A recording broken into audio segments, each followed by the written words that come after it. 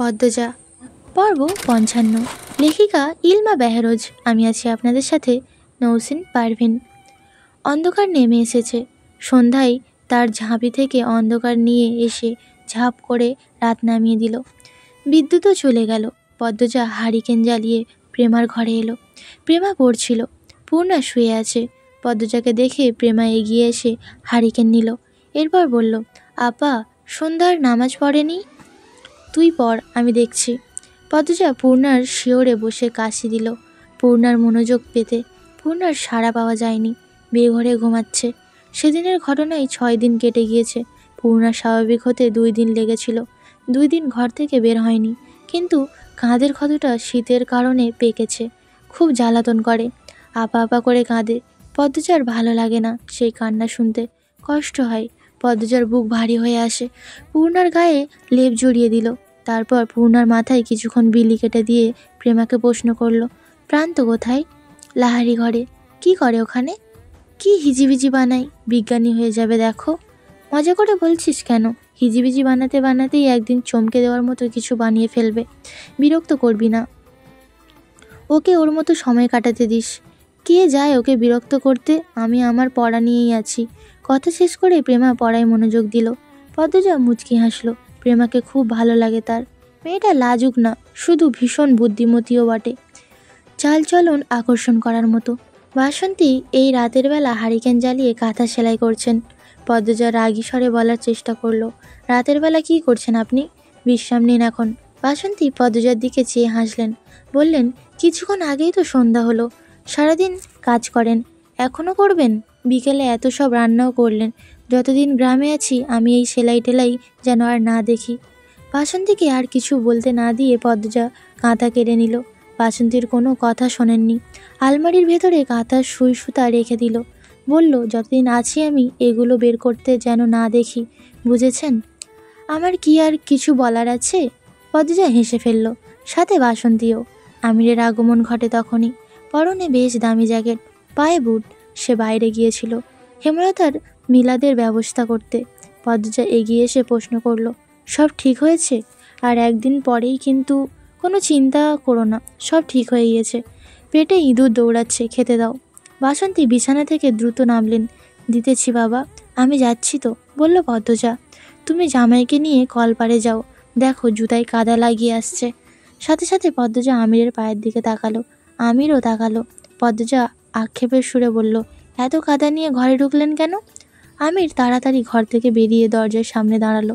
অপরাধী স্বরে বলল, দুঃখিত আমি। আসুন কলপারে। কুয়াশায় চারিদিকে ঝাপসা হয়ে আছে। কুয়াশার স্তর এতই ঘন যে 5-6 ফুট দূরে কিছু দেখা যাচ্ছে না। পদ্মজা কল চাপছে, আমির জুতা থেকে কাদা ধুয়ে ফেলছে। কলের পানি কুসুম গরম। শীতের সময় কল থেকে গরম পানি আসার ব্যাপারটা দারুণ। আমির বলল, পূর্ণা কি ঘুমিয়ে গিয়েছে? হুম ঘুমাবেই তো। প্রতিদিন সন্ধ্যায় আজান পড়তেই ঘুমিয়ে পড়ে, আর ফজরের আজানের আগে থেকে উঠে পকপক শুরু করে। ঘুমাতে পারি না। পদ্মজা শব্দ করে হাসলো, বলল, ঠিকই তো করে। ফজরে কিসের ঘুম? বোনের পক্ষই তো নেবে। ক্ষণকাল পিনপতন নীরবতা। আমিরে জুতা ধোয়া শেষ। পদ্মজা শুকনো কণ্ঠে বলল, ওই বাড়ির মানুষদের আসতে বলেছেন? ওই বাড়ির নাম উঠতেই আমির জ্বলে উঠল। গম্ভীর কণ্ঠে বলল, ওই বাড়ির নাম নিতে নিষেধ করেছি। তবুও? না বলিনি, আর বলবোও না। আমির পায়ে গটগট শব্দ তুলে চলে যায়। পদ্মজা আমিরের যাওয়ার পানে তাকিয়ে থাকলো। সে রাতের পর ওই বাড়িতে তারা 3 দিন ছিল। তারপরই আমির চাপ দিতে থাকে ওই বাড়ি ছাড়তে। সে সারাক্ষণ আতঙ্কে থাকে। এভাবে আতঙ্ক নিয়ে বাঁচা যায় না। আমির রাতে ঘুমায় না, ছটফট করে। এই বুঝি পদ্মজার কিছু হয়ে গেল। পদ্মজা খেয়াল করেছে আমির রাতে কপালের উপর হাত রেখে চুপচাপ শুয়ে থাকে। তাছাড়া এইভাবে লাশ অদৃশ্য হয়ে গেল। পরপর 3 দিন কেটে যায়, তবুও কেউ কিছু বলেনি। কারোর মধ্যে কোনো পরিবর্তন দেখা যায়নি। ব্যাপারটা ভয়ঙ্কর। পূর্ণার ওখানে থাকা বিপজ্জনক। সে বিপদের ভয়ে পায় না, কিন্তু পূর্ণার কিছু হলে সে মানতে পারবে না। আবার পূর্ণা একা এই বাড়িতে আসবে না, তাই বাধ্য হয়ে 3 জনে একসাথে চলে এসেছে। তবে পদ্মজা আবার যাবে ওই বাড়িতে, যেতে তাকে হবেই। হাওলাদার বাড়ির প্রতিটি কোণায় রহস্য সে নিজের নখদর্পণে আনবেই, এটা তার শপথ। অনেক রাত হয়েছে। রাতের খাবারের সময় পূর্ণাকে ডেকে তোলা হয়। এবার ঘুম ভেঙে গেল পূর্ণার। আর ঘুমাতে পারে না। ঘন্টার পর ঘন্টা পার হয়ে যায়। প্রেমা এখনও পড়ছে। পূর্ণা বিরক্তি নিয়ে প্রেমার দিকে তাকালো। মনে মনে বলে, এই মেয়ে কি বিশ্ব জয় করে ফেলবে পড়ে? এত তো আপাও পড়েনি। বাতিটা নিভিয়ে এসে ঘুমা, অনেক পড়ছিস, কিনমির করে বলল পূর্ণা। প্রেমা গুরুজনদের মতো বলল, বাতিটা বল। থাপ্পড় দিয়ে দাঁত গাছে তুলে দেব আমাকে কিছু শেখাতে আসলে। প্রেমার মুখে আধার নেমে আসে। সে থমথমে মুখ নিয়ে বই বন্ধ করে রাখলো। ঝিম মেরে বসে থাকে। পূর্ণা সন্তুষ্ট হয়ে বলে, এবার হারিকেনের আলো নিভা, এরপর শুয়ে পড়। প্রেমা হারিকেনের আগুন নিভাতে প্রস্তুত হতেই পূর্ণা বলল, না থাক, নিভাতে হবে না, ভয় করে, তুই শুয়ে পড়। প্রেমা বাধ্যের মতো শুয়ে পড়ে। লেপের ভেতর ঢোকে। তার ঠান্ডা পাজোড়া পূর্ণার পায়ে লাগতেই পূর্ণা হৈ হৈ করে ওঠে। ও মা গো, কি ঠান্ডা, দূরে যা। প্রেমা রাগি চোখে তাকালো। পূর্ণা ধমক দিয়ে বলল, কি হয়েছে, এমনি তাকাস কেন, খেয়ে ফেলবি?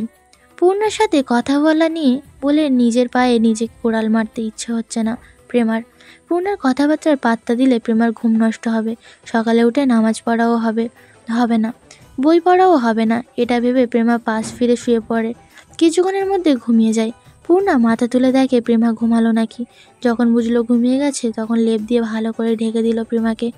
এরপর জড়িয়ে ধরলো, যেন দ্রুত প্রেমার ঠান্ডা শরীর গরম হয়ে আসে। এই বোনটাকে সে ভীষণ ভালোবাসে, খুব বেশি। শুধু ভালোবাসা প্রকাশ করতে পারে না কেন জানি।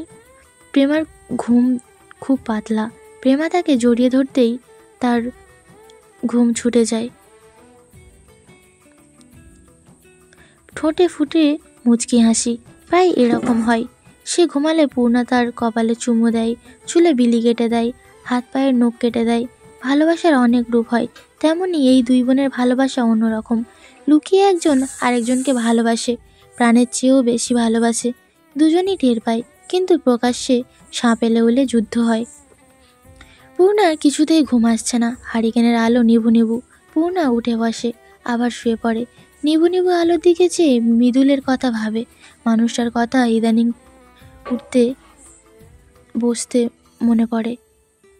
কাঁধে আঘাত পাওয়ার পর পূর্ণা 2 দিন ঘর থেকে বের হয়নি, তাই মৃদুল বারবার পূর্ণার ঘরে উঁকি দেয়। পদ্মজা সারাক্ষণ থাকতো, তাই ঢোকার সাহস পায়নি। 2 দিন পর পূর্ণা ছাদে যায়। পিছু পিছু মৃদুলও আসে। পূর্ণার পিছনে দাঁড়িয়ে আসে। পূর্ণা ফিরে তাকায়, মৃদুলকে দ্বিধাগ্রস্ত দেখায়। পূর্ণা প্রশ্ন করল, কিছু বলবেন? মৃদুল বলল, কেমন আছো? শুনলাম রাইতে রান্নাঘরে নাকি পইরা গেছিলা। ভালো আছি। তোমার কি ধপাস ধপাস কইরা পইরা যাওয়ার ব্যামো আছে? পূর্ণা কিছু বলেনি। পদ্মজা নিষেধ করেছে সেদিনের রাতের ব্যাপারে কাউকে কিছু বলতে। মৃদুল দেখল পূর্ণা কপাল কুঁচকে কাঁধে হাত বুলাচ্ছে। সে বিচলিত হয়ে জানতে চাইল, বেদনা করে? দায়ের উপর পড়েছ, কতটা কাটছে কে জানে। তার উপরে শীতের দিন, এই ঘা সহজে ভালা হইব না। এইখানে তো বাতাস হইতাছে, ঘরে যাও, ঘা বাড়াইও না। না, এইখানেই থাকবো। মৃদুল আর জেদ ধরেনি। পূর্ণা যতক্ষণ ছিল সেও ছিল। এরপর দিন একটু পর পর পূর্ণার খোঁজ নিয়েছে। পূর্ণা খুব সুন্দর একটা অনুভূতি সাক্ষাৎ পায়।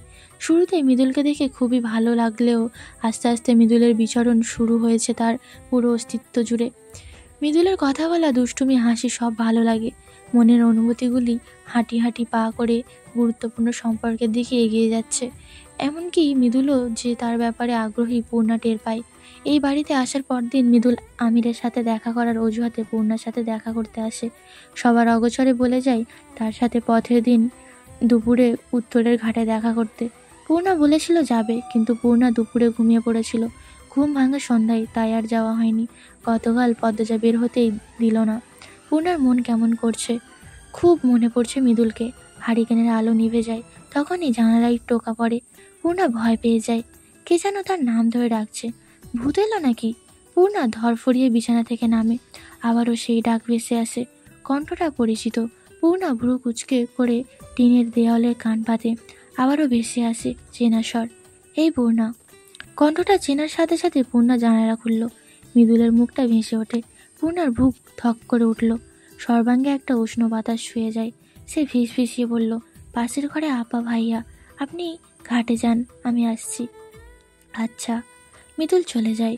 পূর্ণা তাড়াহুড়ো করে সোয়েটার পরে, শাল দিয়ে মাথা ঢাকলো। তারপর হারিকেন নতুন আলো জ্বালিয়ে হারিকেন নিয়ে বেরিয়ে পড়ে। ভালোবাসার কথা বলা হয়নি, কোনো সম্পর্কই নেই দুজনের, তবুও পূর্ণা কোনো এক বশীকরণের জাদুতে ছুটে যাচ্ছে মৃদুলের কাছে। কলপার অবধি গিয়ে আবারও ছুটে আসে ঘরে। আয়না কাজল বের করে চোখে কাজল দেয়, তারপর বেরিয়ে যায়। ব্যস্ত পায়ে ঘাটে আসে। চারিদিকে জোনাকি পোকা জল করে জ্বলছে।